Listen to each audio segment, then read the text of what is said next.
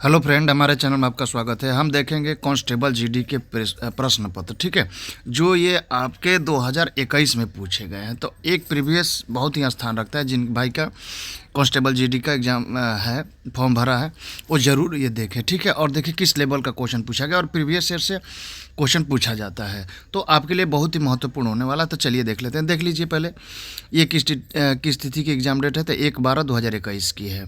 ज्ञानस्थली महाविद्यालय ये सेंटर है। ठीक है, अब एग्ज़ाम टाइम देख ही रहे हैं। सब्जेक्ट कांस्टेबल जीडी 2021 के ये पूछे गए प्रश्न है। ठीक है, तो चलिए स्टार्ट करते हैं। तो देखिए, पहला क्वेश्चन है, भारत में अनियमित जमा योजना प्रतिबंध अधिनियम वर्ष किस वर्ष लागू किया गया? तो 2019 में लागू किया गया। आपके ऑप्शन नंबर तीसरा सही है, 2019 में लागू किया गया भारत में अनियमित जमा योजना प्रतिबंध अधिनियम वर्ष। ठीक है, अगले क्वेश्चन की तरफ बढ़ते हैं। दूसरा देखिए क्वेश्चन है, निम्नलिखित में से किस मंत्रालय ने सितंबर 2021 में शिक्षक पर्व का आयोजन किया? ठीक है, तो शिक्षा मंत्रालय ने। ऑप्शन नंबर 1 आपके सही है, शिक्षा मंत्रालय ने। अगले क्वेश्चन की तरफ बढ़ते हैं। दिल्ली सल्तनत में सैन्य कमांडर को सौंपी गई प्रादेशिक इकाइयों को किस रूप में जाना जाता था? तो एकता के रूप में जाना जाता था। आपके ऑप्शन नंबर 1 सही है। अगला क्वेश्चन है, 2020 में निम्नलिखित में से किसने लीज ओपन टेनिस एकल का खिताब जीता? तो आर्याना सबालेंका। ठीक है, आपके ऑप्शन नंबर 1 सही है। अगले क्वेश्चन की तरफ बढ़ते हैं। अगला क्वेश्चन, निम्नलिखित में से कृष्णा नदी की एक सहायक नदी कौन सी है? तो घाट प्रभा सहायक नदी है कृष्णा नदी की।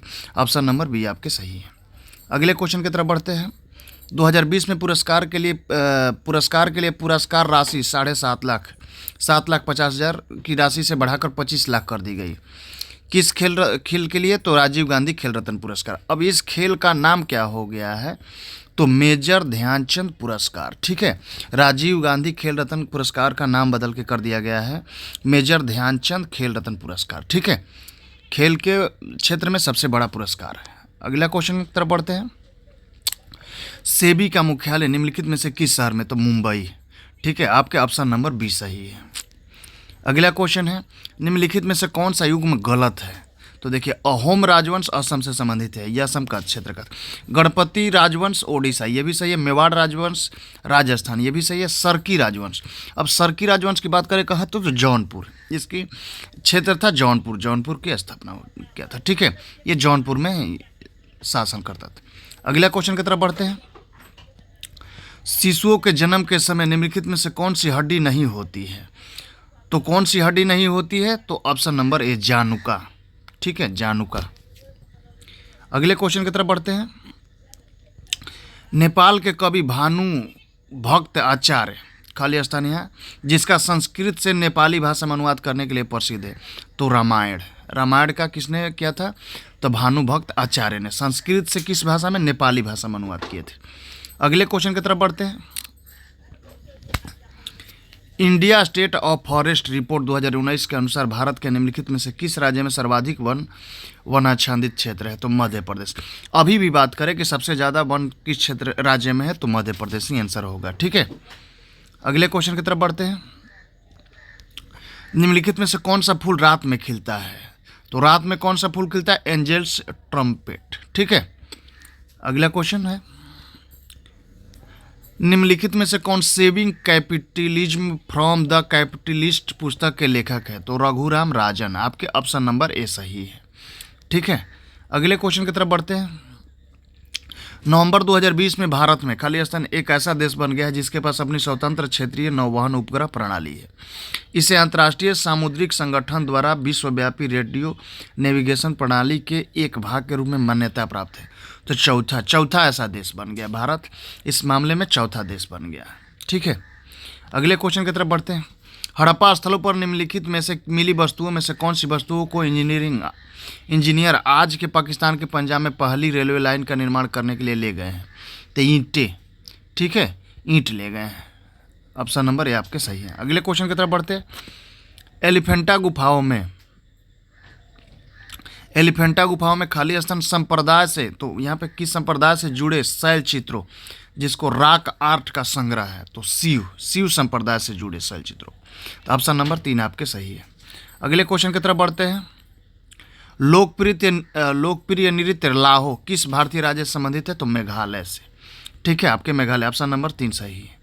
अगले क्वेश्चन की तरफ बढ़ते हैं। ऑपरेशन थंडर 2020 निम्नलिखित में से किससे संबंधित है? तो पर्यावरणीय अपराधों के खिलाफ कार्रवाई करने के लिए संबंधित है कौन? Operation thunder 2020। अगले क्वेश्चन की तरफ बढ़ते हैं। उन जीवों को क्या कहा जाता है जो शिशु संततियों को जन्म देते हैं? तो जरायुज। ठीक है, जरायुज कहते हैं, बीबी परस भी उसको ही कहते हैं। ठीक है, तो ऑप्शन नंबर 1 आपके सही है। अगले क्वेश्चन की तरफ बढ़ते हैं।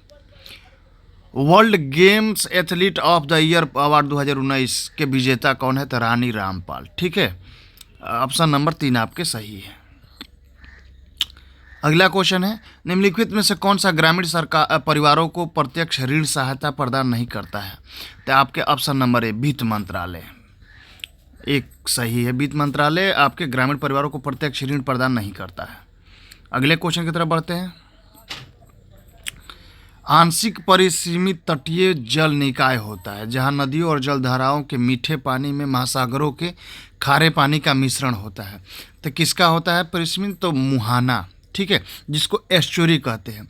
तो एस्चुरी आंशिक परिसीमित तटीय जल निकाय होता है जहां नदियों और जलधाराओं के मीठे पानी के महासागरों में खारे पानी का मिश्रण हो जाता है। अगले क्वेश्चन की तरफ बढ़ते हैं। देखिए, अगला क्वेश्चन है, निम्नलिखित में से किस भारतीय सितार वादक और प्रमुख संगीतज्ञ ने 20वीं शताब्दी की शुरुआत में एक संकेतक प्रणाली विकसित की और भारतीय उपमहाद्वीप की संगीत प्रथाओं को वर्गीकृत किया जो कि पहले मौखिक परंपरा से आगे बढ़ती रही है? तो विष्णु नारायण भातखंडे। ठीक है, आपके ऑप्शन नंबर ए आपके सही है। अगले क्वेश्चन की तरफ बढ़ते हैं।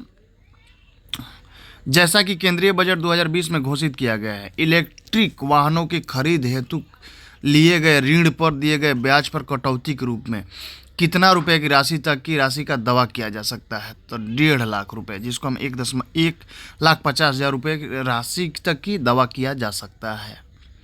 अगला क्वेश्चन है और लास्ट क्वेश्चन है। ठीक है, देखिए, भारत के संविधान के निम्नलिखित प्रावधानों में से कौन सा प्रावधान संसद के साधारण बहुमत द्वारा संशोधित किया जा सकता है? तो संसद में गणपूर्ति, कोरम। ठीक है, कोरम, जैसे संसद की कोई भी कार्यवाही शुरू होने के लिए 1/10 संसद की रहना जरूरी होता है। ठीक है, उपस्थिति जरूरी होती है। तो इसको साधारण बहुमत के द्वारा संशोधन किया जा सकता है। तो ये हमारा 25 क्वेश्चन था। अब अगले क्वेश्चन में हम देखेंगे, अगले वीडियो में देखेंगे दूसरे टॉपिक। ठीक है, रीजनिंग और मैथ देखेंगे या हम लोग हिंदी के प्रश्न देखेंगे। तो मिलते हैं नेक्स्ट वीडियो में, तब तक के लिए धन्यवाद।